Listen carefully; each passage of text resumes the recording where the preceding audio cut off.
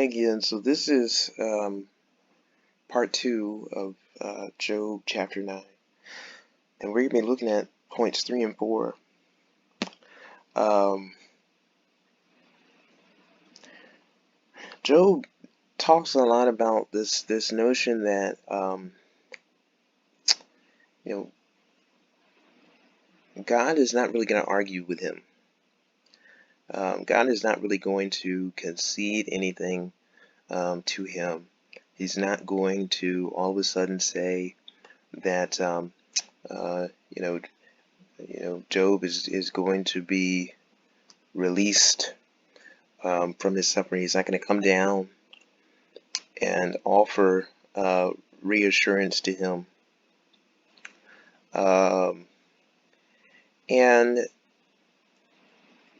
he talks a lot about, he's talking about all of this through the lens of justice. This notion that there actually is a structure, a legal structure in place, and there is truth to that, and we see that play out in a number of different ways. You may recall that in the Old Testament, early Old Testament, so we're talking about Exodus and Numbers and Deuteronomy, but particularly in Exodus, which is when the law or the Ten Commandments are given, it's referred to as the law. And the Ten Commandments are sort of the Ten Commandments are really a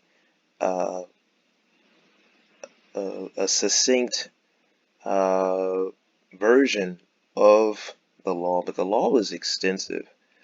There were a lot of rules that the old Jews had to follow, and there's actually the book of Leviticus is dedicated to really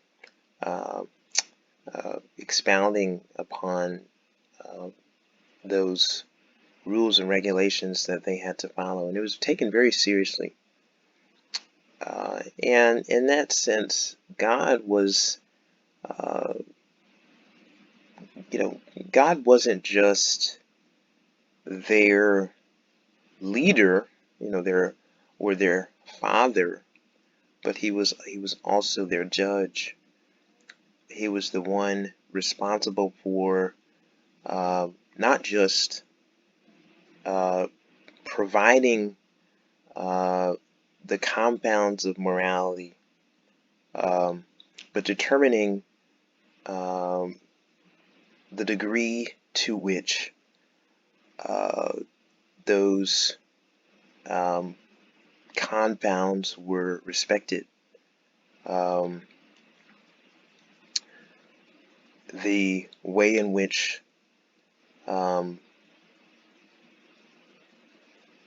the law was kept and abided by. And after the Israelites had made it into the Promised Land, there was actually a societal structure put in place by which there were people designated to settle disputes and lead the Israelites, and they were called judges. And after they did that for a little while, they opted to have a monarchy of sorts. Saul was the first king appointed, uh, and then David succeeds after Saul is uh, essentially forced out, and David is, becomes um, the sort of the figurehead for the monarchy uh, for the remainder um, of its existence. And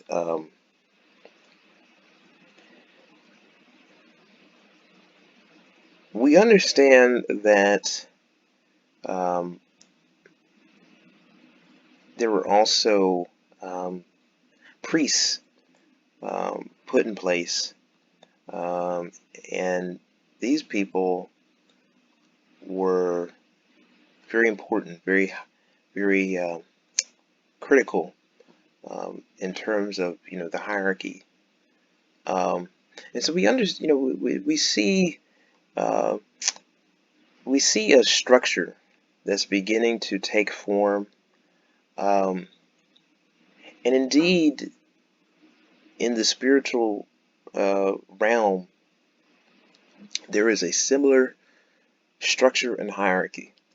Now that we are post cross, um, now that Christ has come down and died and ascended, um, we have a slightly revamped structure, and in that structure, Jesus Christ is the priest, um, and he is the one that is still in a position to determine legalities, if you will, to determine um, uh,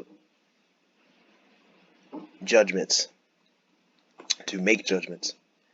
And that was what was understood even back in the Old Testament. The difference was that there was no Jesus Christ um, that was present in the understanding of the time um, when Job was talking about this. And so Job was not aware of a Jesus Christ, and that's a problem for him because we have the luxury of not just having Christ be the priest, but he's also the lawyer. Um, and he sits at the right hand of God, who is sort of the ultimate judge. Um, and so Job is in a position where he's having to defend himself against God, a singular figure at the time, in terms of the understanding. The Spirit and Christ were still in existence, um, but they were not in the consciousness of men at the time. And so for their purposes, God was a singular force, a singular entity. And because Job was in that position, um, in a position that um, rendered him defenseless, um, he essentially felt condemned. He felt as though uh, the judgment that had been falsely um, rendered by his friends, um, based on their perception of his situation. Um, he thought that that judgment, was accurate. That indeed he had been condemned to death. That his affliction was a manifestation of some sort of punishment. And so that idea really exacerbated his um, emotional suffering, and it really um, enhanced, this sense of hopelessness that he felt. And the last thing he talks about is this idea that God is without bias in terms of the people that he strikes with difficulty. And this is something that comes up at various points throughout the entire book of Job. And this is something that, Job is wrestling with, that his friends are wrestling with, because they're trying to understand the justification for universal suffering. Because if the righteous are supposed to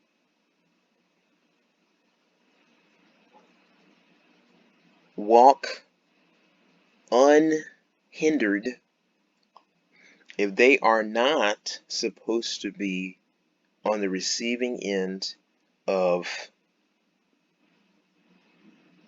judgment in this form, if they are supposed to live lives in which their children are not killed, lives in which they are not struck with illness, then that means that those who do experience those things cannot be righteous. So they're trying to understand a situation in which Job can still be righteous in the sight of God and yet be in the position that he is in currently. And they have trouble with that. They can't get there. Job, on the other hand, seems as though uh, he can entertain that notion. Um, he has to, because that's the only way that he can justify himself, that he can stand by his own record, um, and still acknowledge the fact that God allowed him to be in this position. And so, um, and we see that Job's assertion is accurate in Proverbs. Many are the afflictions of the righteous, but the Lord delivers them out of them all. So we understand when we look at not just Proverbs, not just the rest of the Old Testament, but the New Testament as well, in the life of Jesus Christ, as well as the lives of the apostles, that absolutely the righteous and the unrighteous, who are often referred to as the wicked, are subject to difficulty, the severity of which differs depending on the individual.